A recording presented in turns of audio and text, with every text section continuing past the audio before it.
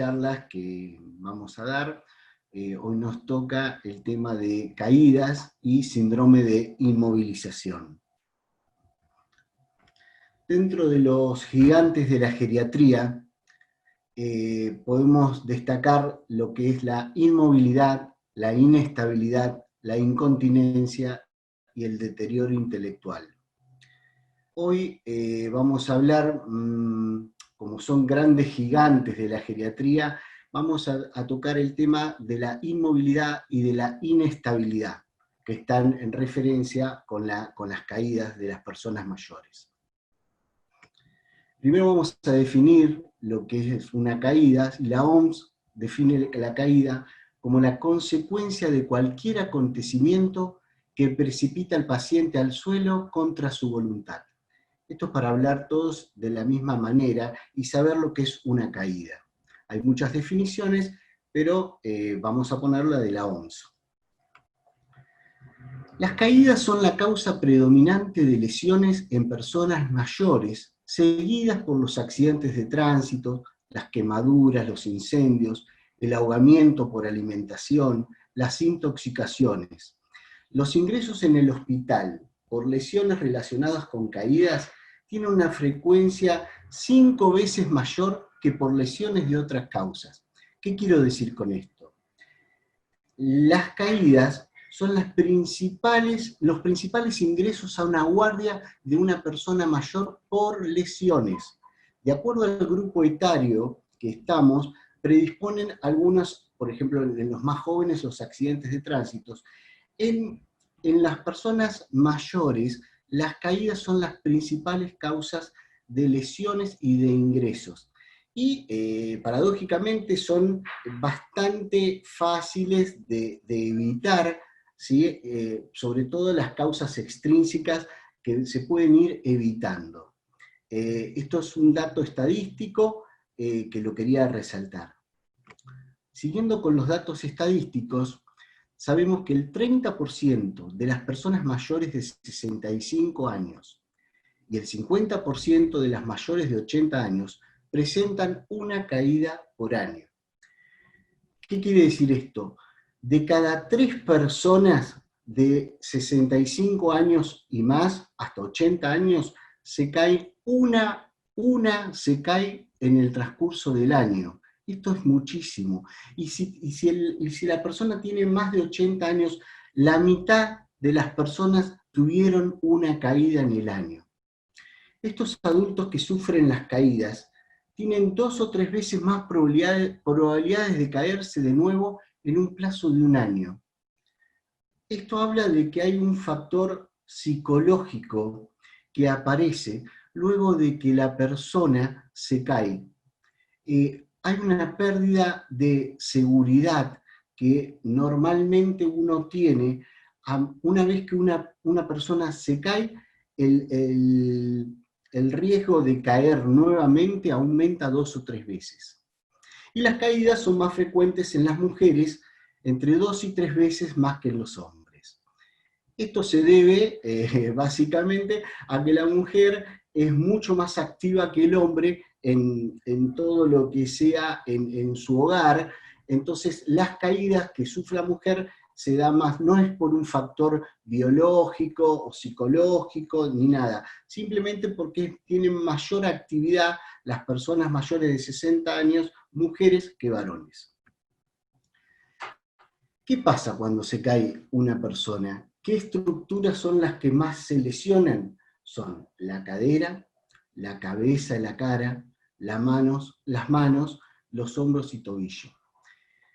Normalmente una persona mayor cuando cae, al haber una fragilidad ósea, la fractura es una de las principales afecciones. Y principalmente la cadera. Cadera, cabeza, van a ver cuando en las lesiones, en las guardias, cuando vienen por una caída, la principal afección es la cabeza, la cara, las manos, la cadera, el hombro y el tobillo. Los lugares de la casa en los que mayor frecuencia ocurren las caídas son el dormitorio un 27%, el patio 21%, baño 14%, escalera 13%, cocina 10% y otros 15%. ¿Qué quiero decir con esto? Yo no voy a hablar mucho de lo que es todo dónde son los lugares ni nada. Quería en este tema de caídas, dónde son los lugares, porque va a haber una clase específicamente de este tema en noviembre. Entonces, me parecía solamente nombrarlo, y obviamente son evitables estas caídas, ¿sí? Entonces, por eso quiero hablar un poquito de esto. ¿Qué pasa cuando una persona mayor se cae? Lo que pasa es que lo oculta, lo oculta, le da vergüenza. ¿Y por qué le da vergüenza? Y le da miedo a preocupar a sus seres queridos, ¿sí? Muchas veces la persona mayor, cuando cae al suelo, se queda allí durante horas, ¿sí? A veces hay casos de deshidratación de esa persona, porque queda horas tendida en el piso. Por eso es necesario que la persona tenga algún medio de comunicación con su familia. Llámese un celular, algo que lo prenda y que pueda llamar, o algún timbre o algo. Si se encuentra solo en su casa, es fundamental que la persona mayor se mantenga durante todo el día con un celular. Nosotros los más jóvenes normalmente estamos con un celular permanentemente, pero no es así con las personas mayores. No utilizan tanto el celular como nosotros. ¿Qué pasa también? Sufren fracturas, y esto hace que disminuyan sus habilidades. Entonces, lo oculta, le da vergüenza, le da miedo, ¿sí? Las caídas reiteradas son una de las 3 principales causas para que su familia decida que no pueda vivir sola o solo esa persona, ¿sí? Por eso lo oculta, o tiene vergüenza, o no quiere que se entere el familiar. Entonces ahí es donde tenemos que estar nosotros controlando a esa paciente. Me refiero a nosotros, todo el personal de salud, el cuidador, la enfermera, el enfermero. Tenemos que estar atentos a ver si hubo una caída, no solamente en los domicilios, sino también en los establecimientos de larga estadía, en los geriátricos. Tenemos que estar atentos de que no haya caídas desde el lado del profesional y desde el lado del familiar también. Las otras causas que producen que la familia decida que esa persona no pueda vivir solo son los trastornos cognitivos, los deterioros cognitivos, donde empieza a perder las funciones cerebrales superiores, la memoria, la atención, ahora vamos a hablar un poco, y también la pérdida de esfínteres. Cuando los pacientes empiezan a perder esfínteres, es una de las causas también de prohibirle, se podría decir, vivir solo, y pasarlos a un lugar, a un geriátrico, o bien con algún acompañante, ¿sí? Pero las caídas es una de las 3 principales causas. Las caídas tienen un factor intrínseco y factores extrínsecos. Los factores intrínsecos son propiamente de la persona en sí, ¿sí? Dependen de la persona, y los extrínsecos son ambientales o del hogar. Puede ser de la vía pública, del hogar, los extrínsecos. Los que nos vamos a referir más que nada acá son de los factores intrínsecos. Los factores intrínsecos de las caídas: tenemos la falta de equilibrio y la propiocepción. ¿Qué es la propiocepción? El sistema propioceptivo es un sistema de receptores músculo-tendinosos y articulares, donde nos da un esquema situacional corporal. Nos da una situación corporal sin ver la situación. Vamos a suponer, nosotros estamos sentados acá en la computadora, pero yo sin mirar sé que tengo las piernas flexionadas, sé que estoy apoyando los pies en el suelo, sé que tengo los pies cruzados, todo sin mirarlo.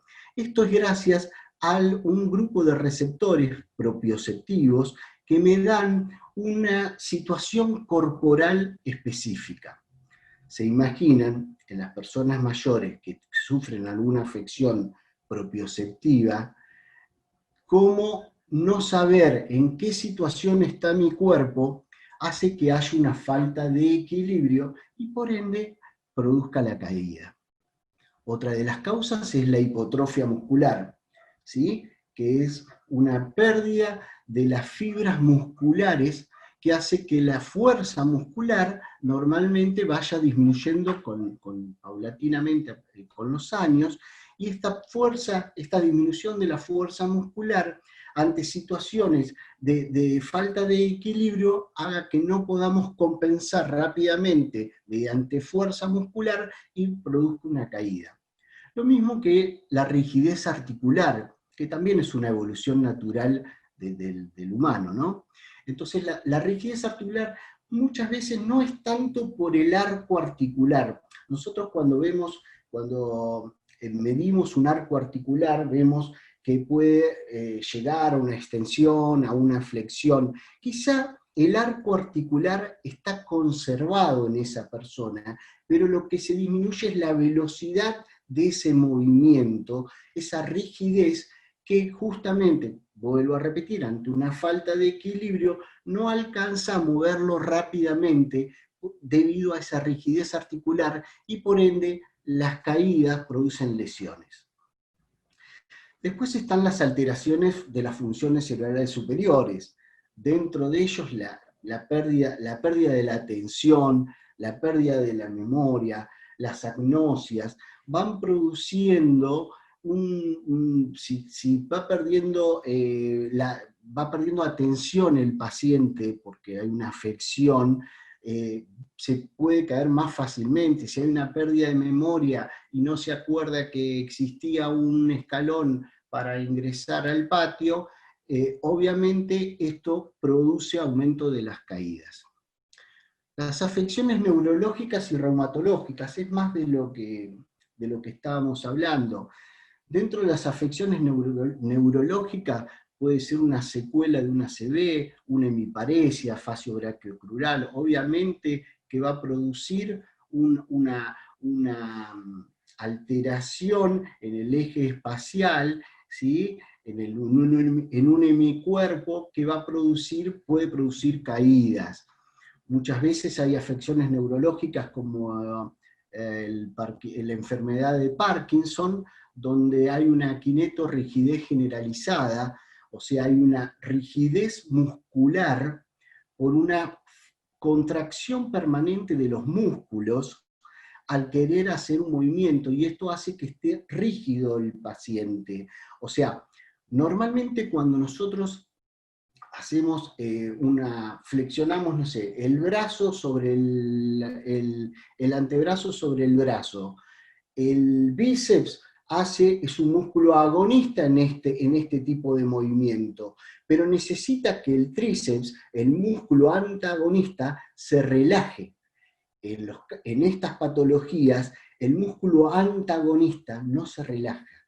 Por lo tanto, la rigidez muscular hace que sea como un caño de plomo, o sea, que los movimientos sean muy, muy duros, muy difíciles. Por lo tanto, este paciente se mantiene rígido constantemente.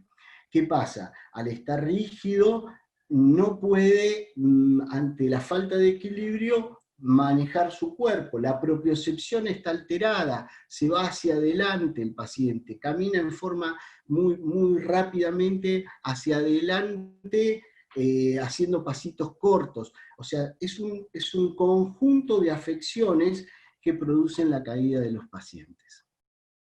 Otro de los factores son los factores psicológicos. Dentro de los factores psicológicos se sabe muy bien que una persona con depresión tiene muchísimo más riesgo de caída que una persona que no la tenga.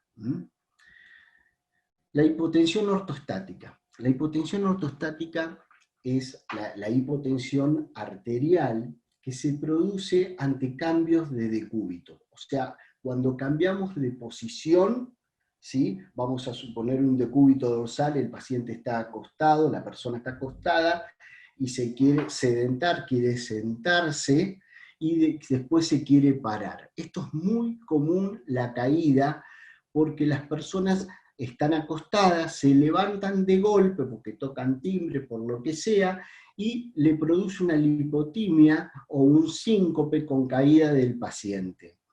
La hipotensión ortostática es evitable. Lo que tenemos que enseñarle a las personas es que cuando están en una cama, cuando se incorporan, se sientan, dejen los pies colgando un tiempo, ¿sí? Para que el retorno venoso, que es lo normal, justamente haga un retorno venoso hacia el corazón, y de ahí irrigue al resto del organismo, principalmente al cerebro, que es donde vamos a tener la afección.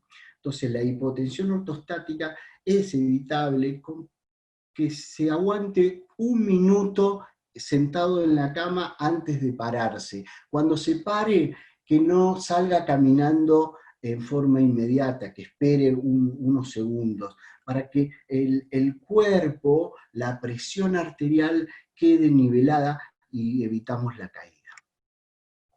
Hay otras causas o factores dentro de las caídas, para evitar las caídas. Bueno, el sedentarismo es otro factor intrínseco de las caídas. Los cambios bruscos de peso, obviamente el consumo excesivo de alcohol, por ser un depresor del sistema nervioso central, entonces predispone a las caídas. El tabaquismo, si bien va a haber una clase de tabaco, solamente quiero decir que produce una disminución de la perfusión sanguínea por vasoconstricción, y esto produce justamente a nivel del polígono de Willis, de las arterias cerebrales, que puede producir caídas. Factores cardiovasculares, alteraciones visuales. Las alteraciones visuales, quiero ser muy clarito acá. Hay gente que tiene anteojos hace 15 años que lo tiene y nunca consultó al oftalmólogo desde que se hicieron esos anteojos. Normalmente las personas que usamos anteojos, cada 1 o 2 años tenemos que ir al oftalmólogo, estar atento a esto, porque el factor visual, obviamente, es fundamental para ver lo que estamos caminando, lo que estamos viendo. Muchas veces actúa con la propiocepción, que es lo que hablamos anteriormente, porque compensa esa alteración de propiocepción con la visión. ¿A qué me refiero con esto? Normalmente si teníamos un problema propioceptivo, que no manejábamos el esquema corporal, que no sentíamos alguna parte del cuerpo, que no nos dábamos cuenta en qué posición estábamos, compensábamos parcialmente con la visión. Normalmente si uno se va hacia algún costado, con la visión corrige y se acomoda. Por algo las pruebas neurológicas para saber si hay un componente propioceptivo puro es pedirle al paciente que cierre los ojos. Entonces ahí nos damos cuenta.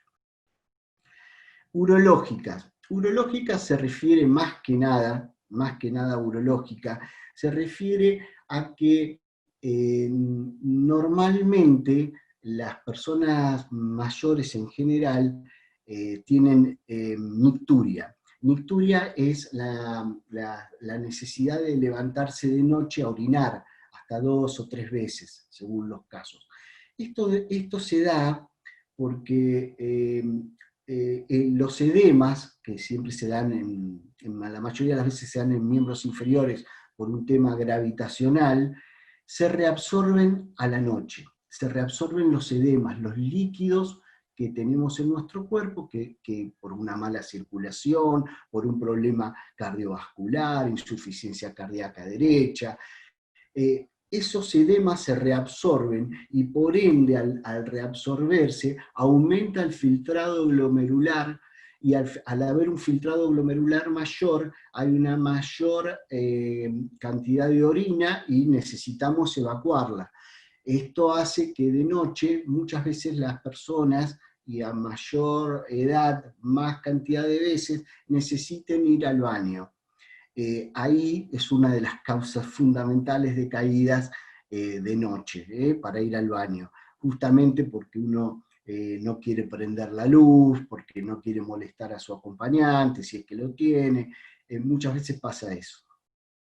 La polifarmacia, estamos hablando de la polimedicación, ¿sí?, de antidepresivos, ansiolíticos, que van a deprimir el sistema nervioso central y por ende predisponen a las caídas. Esto muchas veces se da porque hay un círculo vicioso entre, vamos a suponer, hay muchas personas que se encuentran en su casa todo el día y muchas veces están todo el día viendo televisión, ¿sí?, durante todo el día. ¿Qué pasa? Cuando uno ve televisión todo el día, están en su casa, no tienen ninguna actividad, dormitan permanentemente. Esto hace que a la noche no tengamos sueño, no tengan sueño, y estén despiertos a la noche. ¿Qué pasa? La familia en general le pide a su médico de cabecera que le dé algo para dormir de noche, ¿sí? Entonces se hace un círculo vicioso y todo esto se revierte si logramos que esa persona mayor, que esa persona tenga una actividad. Por eso es fundamental que logremos nosotros como personal de salud, familiar, que la persona tenga una actividad, tenga un horario, tenga una actividad social, ¿sí? De esa manera va a utilizar correctamente su tiempo y no va a ser lo mismo las 2 de la mañana que las 2 de la tarde. Entonces, acá hay un tema que muchas veces la familia actúa en contra hasta del familiar que más quiere, porque quiere que duerma a la noche, pero no le da una actividad durante el día. Los factores extrínsecos de las caídas pueden estar dados, ya sea en el hogar o en la vía pública. No dependen de la persona, sino de cosas externas, por eso se llaman factores extrínsecos. Un uso de calzado inadecuado, caminar en medias, hacer cambios bruscos de posición, un poco lo hablábamos a eso, trasladarse en suelos con desniveles, realizar tareas por encima del nivel del suelo, son factores extrínsecos. Acá vemos una señora, ¿sí?, que puede ser señora, señor, que está haciendo una actividad que hace que el riesgo de caída sea mayor.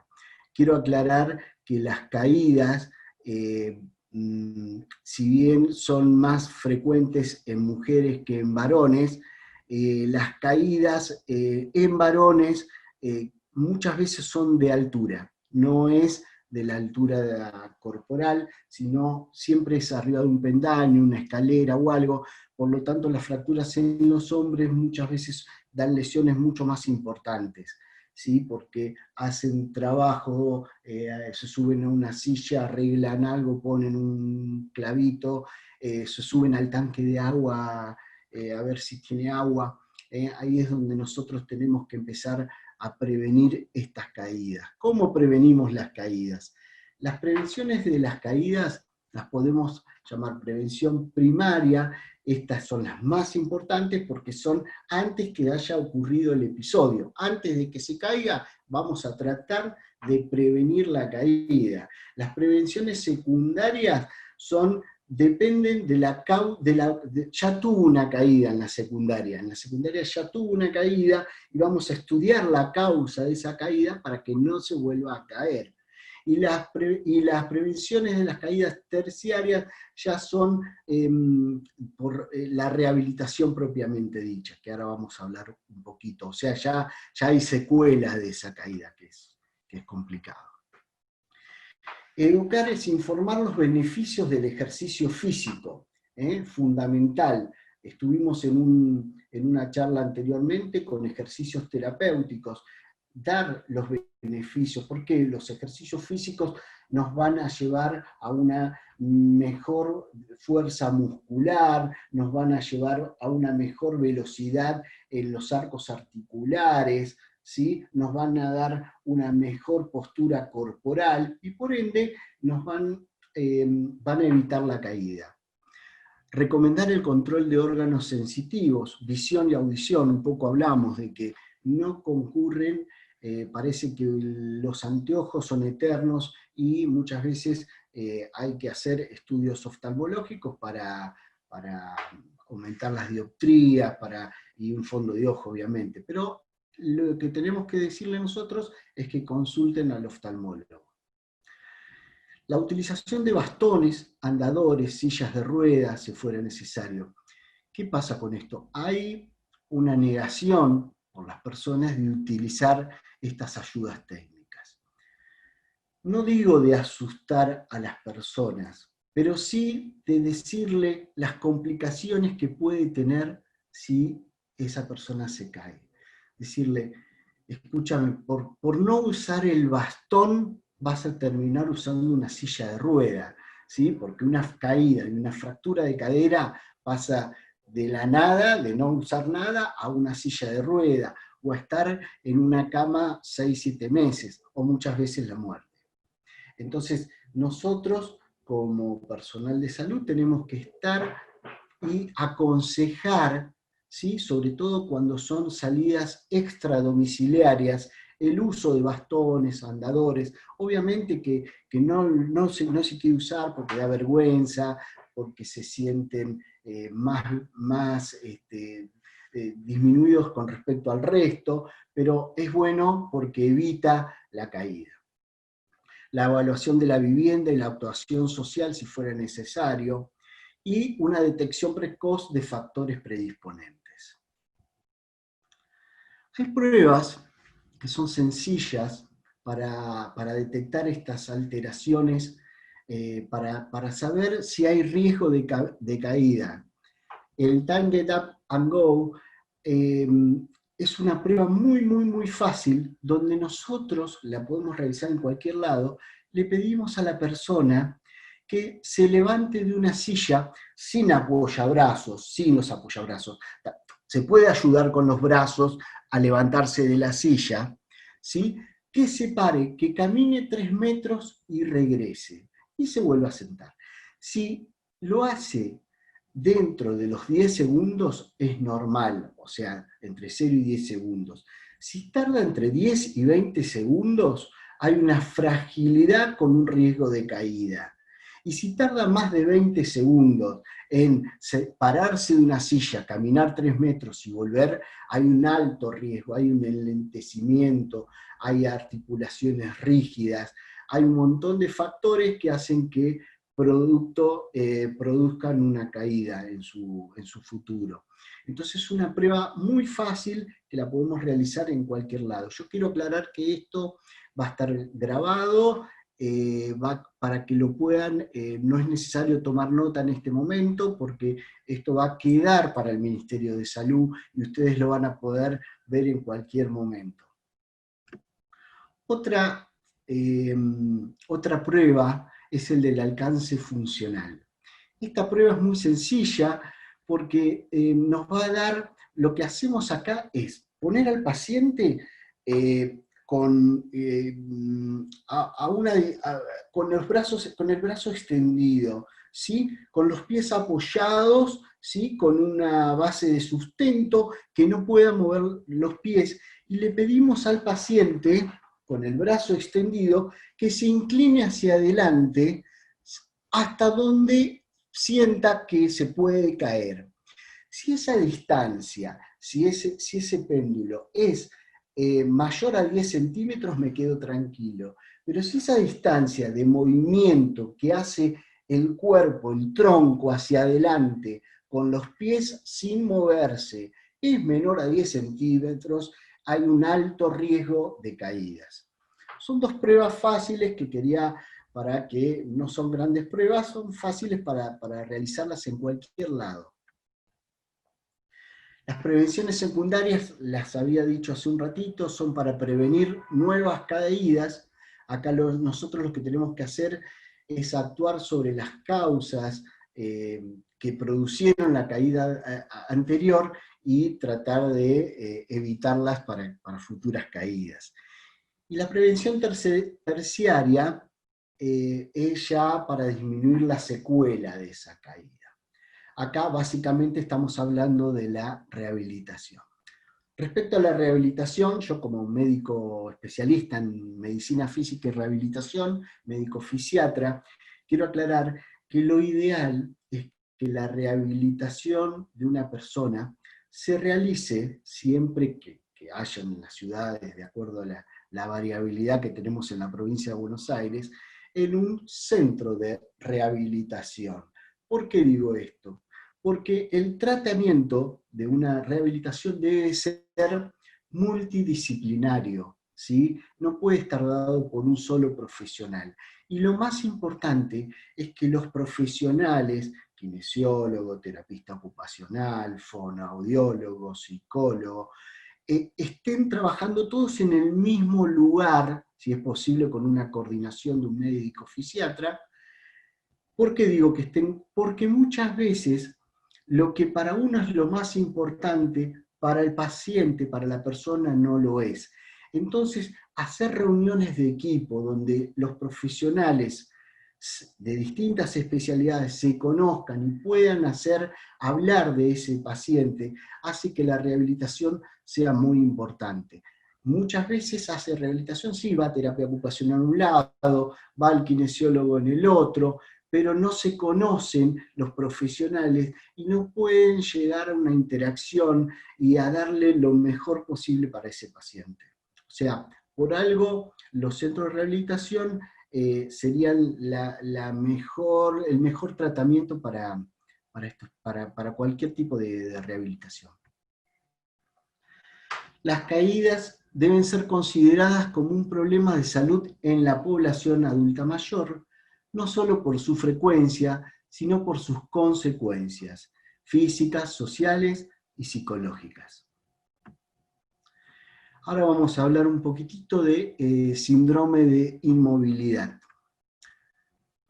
El síndrome de inmovilidad se define como el descenso de la capacidad para desempeñar las actividades de la vida diaria por deterioro de las funciones motoras. Para hablar de fuerza muscular, todos tenemos que hablar el mismo idioma.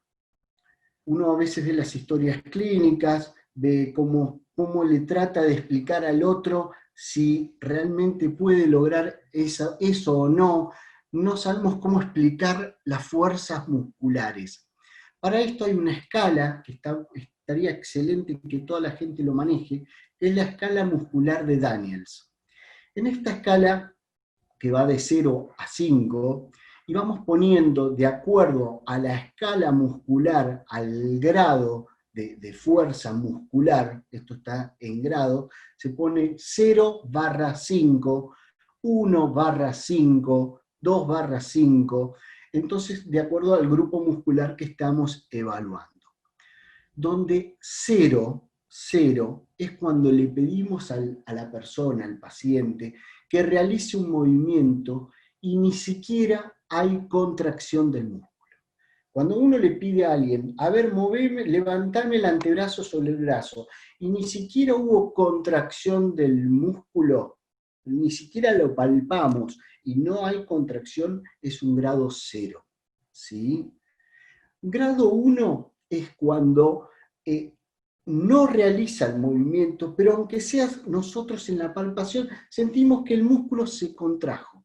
Entonces, se contrae, pero no hay movimiento. Es 1/5.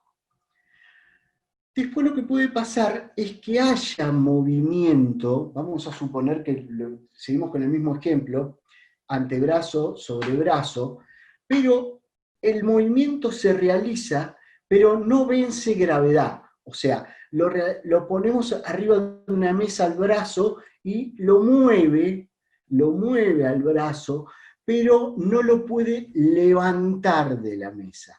Cuando lo mueve, pero no lo levanta, ¿sí? O sea, no vence la gravedad, es un grado 2. 2/5, que es lo máximo. ¿Sí? 3 es cuando nosotros realmente logra el movimiento completo y vence la gravedad. Puede levantar.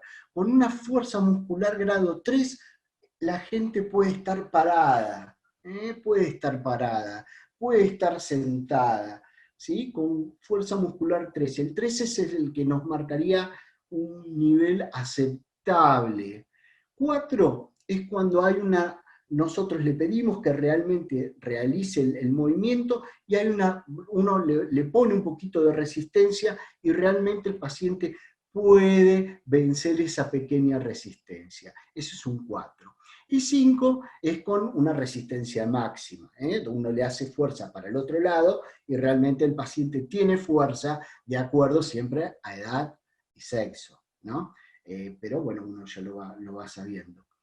Esto está bueno aclararlo porque si no, a veces uno en las historias clínicas debe poner exactamente la fuerza muscular y que el otro que lo está leyendo lo entienda. De paso quiero decir una cosita con respecto a las historias clínicas en los centros de salud, en los centros de rehabilitación, en los lugares no geriátricos. La historia clínica del paciente debe ser única. No puede ser por profesionales. Uno muchas veces va distinto a centros de salud, ¿sí?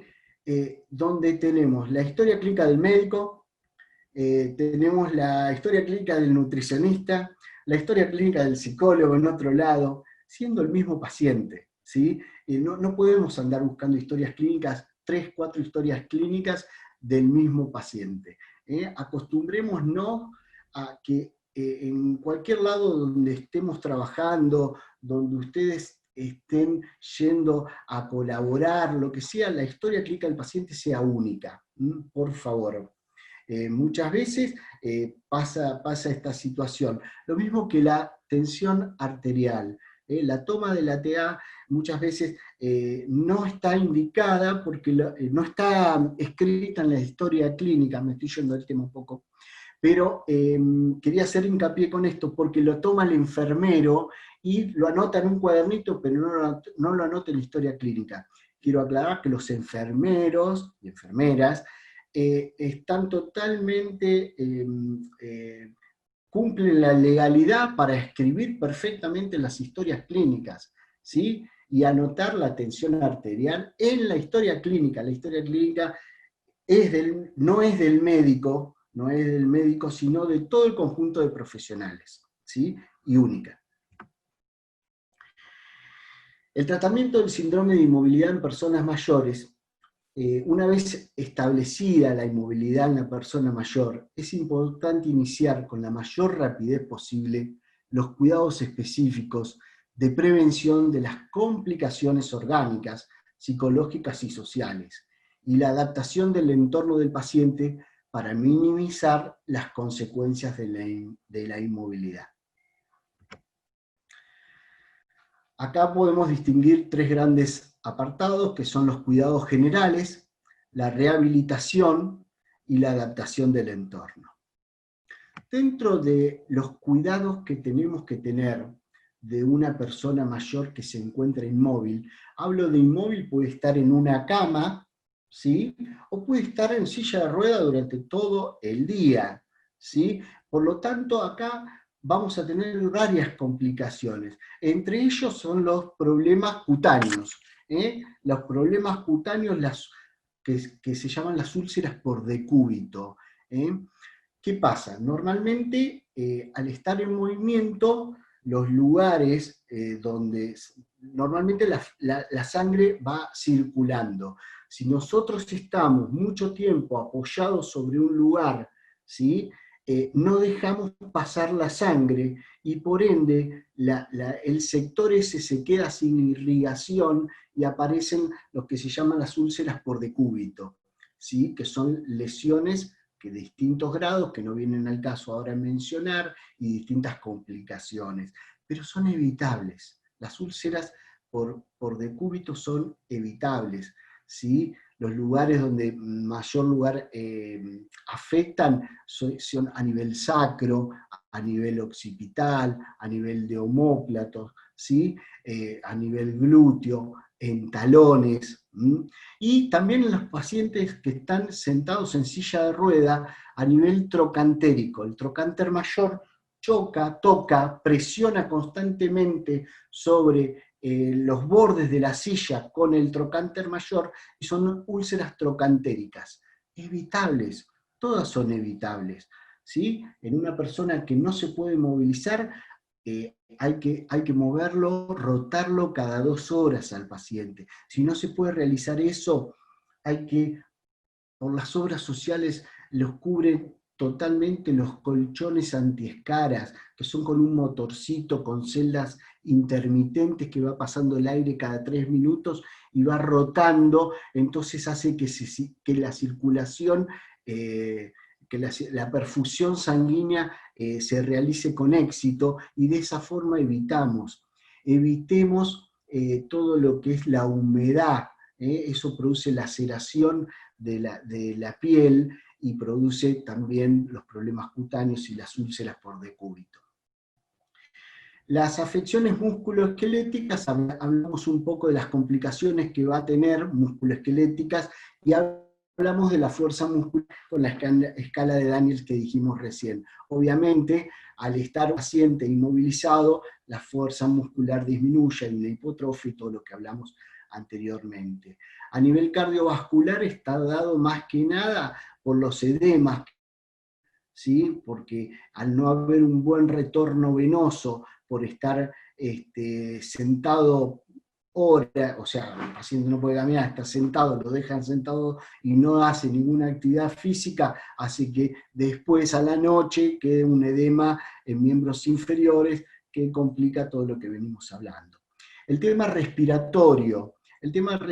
Normalmente el cuerpo humano está preparado para estar en una posición en bipedestación parado, y por gravedad las secreciones pulmonares tienden a ir a las bases pulmonares. Cuando uno está acostado, las secreciones normales no van a las bases pulmonares y ocupan toda la cara posterior del pulmón. Acá lo que tenemos, y por ende disminuye la oxigenación, ¿sí? Porque los alvéolos están tapados. Acá los kinesiólogos conocen muy bien el tema, mejorar todo lo que es la parte respiratoria, movilizando al paciente, dando golpeteos en la espalda para que las secreciones desciendan y se vayan a las bases, o bien se expectoren, que es lo ideal. Alteraciones gastrointestinales, otra de las complicaciones que nos produce un paciente inmóvil. Normalmente el intestino tiene un movimiento normal, que es el movimientos peristálticos, que son continuos, son del tipo vegetativo, no dependen de uno, pero también se aprovecha la gravedad.